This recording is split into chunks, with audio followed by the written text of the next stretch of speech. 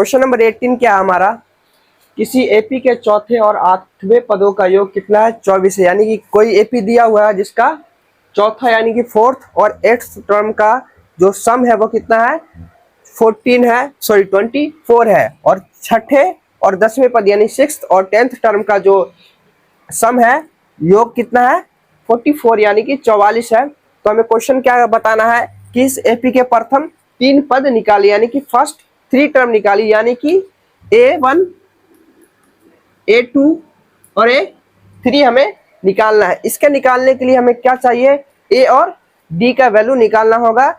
तो क्या हो जाएगा, हमारा फर्स्ट 3 टर्म निकल जाएगा। तो देखेंगे हम इस क्वेश्चन का सॉल्यूशन। क्वेश्चन क्या कह रहा है,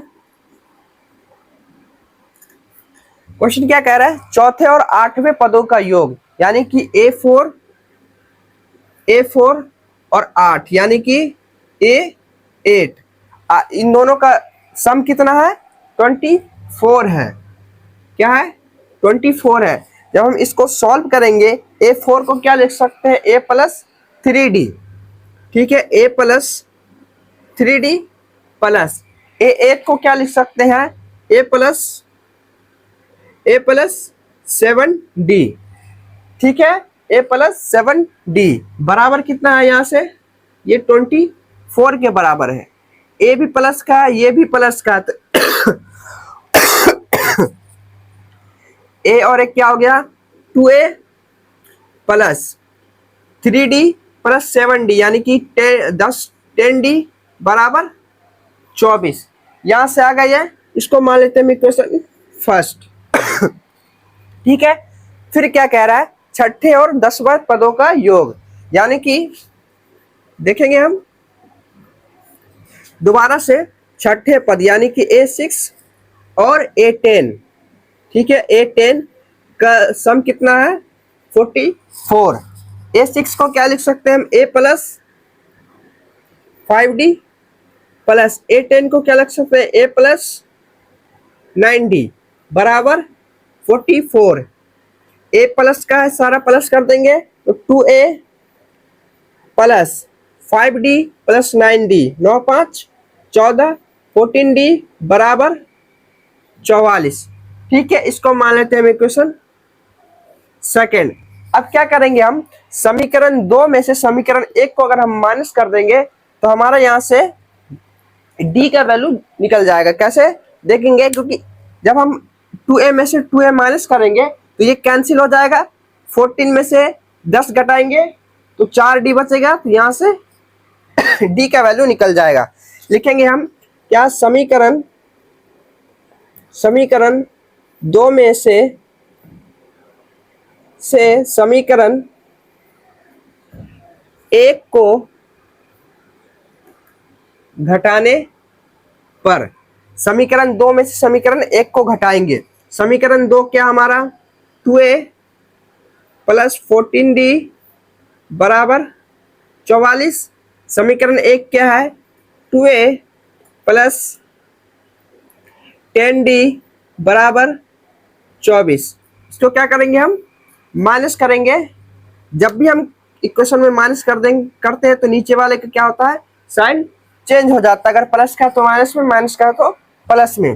तो 2A प्लस का है, नीचे माइनस का, ये कैंसिल हो गया, बचा क्या, 14 में से 10 घटा कितना, 4D बराबर 44 में से 24 घटा, 4 में से 4 गया 0, 4 में से 2 गया 2, 4D का वैल्यू 20।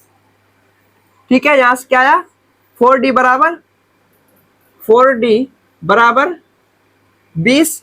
तो D का वैल्यू यहाँ का आ जाएगा, D बराबर 20। 4 इधर मल्टीप्लाई में इधर आएगा तो डिवाइड में, 4 से 20 कटेगा कितनी बार में, 5 बार में, तो 4 पंचे 20। तो D का वैल्यू कितना आया, 5। यहां से D का वैल्यू आया 5। ठीक है, इसको मान लेते हैं हम समीकरण 3। ठीक है, D का वैल्यू 5। अब D का वैल्यू 5 है तो इसको हम क्या करेंगे, इक्वेशन फर्स्ट में रख देंगे या सेकंड, किसी में भी रखेंगे तो हमारा A का वैल्यू निकल जाएगा। देखेंगे इसको रखते क्या, समीकरण 3 का मान, समीकरण एक में रखने पर, ठीक है, समीकरण 3 का मान समीकरण 1 में रखेंगे। समीकरण 1 क्या है, 2a प्लस 10d बराबर 24, ठीक है। d का वैल्यू कितना है, 5, तो 2a प्लस 10 है, 10, d का वैल्यू 5 है, इंटू 5 बराबर 24, तो 2a प्लस 10 को 5 से मल्टीप्लाई करेंगे तो 10 5 50 बराबर 24, तो 2a बराबर 24, 50 इधर प्लस का इधर आएगा तो माइनस का, तो माइनस का 50, ठीक है। 2a बराबर 24 में माइनस 50, यानी कि 50 में से अगर हम 24 घटाएंगे, 10 में से 4 गया 6, ठीक है, बचा ये 4, 4 में से 2 गया 2, यानी कि 26, माइनस का 26, तो यहाँ से a का वैल्यू कितना आ जाएगा, माइनस का 26, ये 2 इधर मल्टीप्लाई में इधर आएगा तो डिवाइड में, 2 से ये कटेगा कितनी बार में, 13 बार में, तो a का वैल्यू कितना है, माइनस का 13 a का वैल्यू कितना है, माइनस का 13, ठीक है। अब क्या करना है हमें, a का वैल्यू आ गया, b का वैल्यू आ गया, अब निकालना क्या, प्रथम 3 पद यानी कि a1 a2 और a3, तो यहां से देखेंगे हम क्या, a1 a क्या हो जाएगा, -13, a2 को लिख सकते हैं a प्लस डी, 2 में से 1 घटाएंगे तो 1 को d से मल्टीप्लाई सेम आएगा, तो a प्लस, तो a कितना, -13 प्लस d कितना है 5, तो 13 माइनस का प्लस 5 का, ठीक है, 13 कितना, 8 5 13, यानी कि a2 आ गया कितना, माइनस का 8, ठीक है। फिर इसी तरह a3 को लिख सकते हैं a प्लस 2d, ठीक है, a प्लस 2d का वैल्यू 5, a का वैल्यू कितना है, माइनस का 13, तो यहां से आ गया -13 प्लस 5 दूना 10, 13 और 10 कितना आ गया, माइनस का 3, तो यहां से a3 कितना आ गया, माइनस का 3, ठीक है। a1 a2 a3 हो गया, प्रथम 3 पद ही निकालना है तो लिखेंगे हम, इसलिए AP का प्रथम 3 पद क्या हो जाएगा, तो a -13 -8 और माइनस का 3, इस AP का प्रथम 3 पद क्या हो जाएगा, -13 -8 और -3, ठीक है। इस क्वेश्चन में इतना ही था।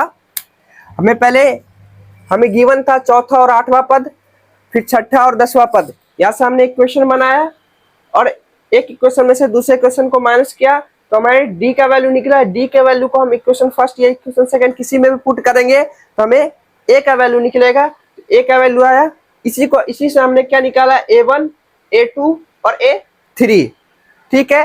AP का प्रथम 3 पद निकालना था, ये तीनों पद क्या आ गया, -13 -8 और -3।